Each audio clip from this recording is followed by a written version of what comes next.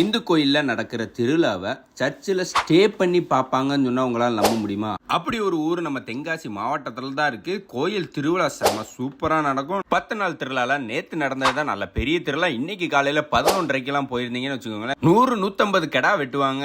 எந்த கோயில் தானே பாக்குறீங்க? நம்ம ஆலங்குளம் பக்கத்துல இருக்க நல்லூர் ஆல்டிப்பட்டி வைத்திலிங்க சுவாமி சமேத யோகாம்பிகா அந்த கோயிலுக்கு தாங்க வந்திருந்தோம். கோயில் கோட்டா செம சூப்பரா இருக்கும். இந்த ஊருக்கு நம்ம சொரண்டை, கீழே சொரண்டை, ஆல்டிப்பட்டி, எஸ்விகரை இந்த மாதிரி ஏகப்பட்ட ஊர்ல இருந்து வருவாங்க.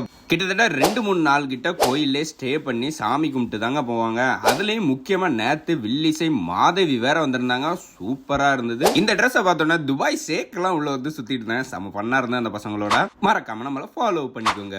வரட்டா.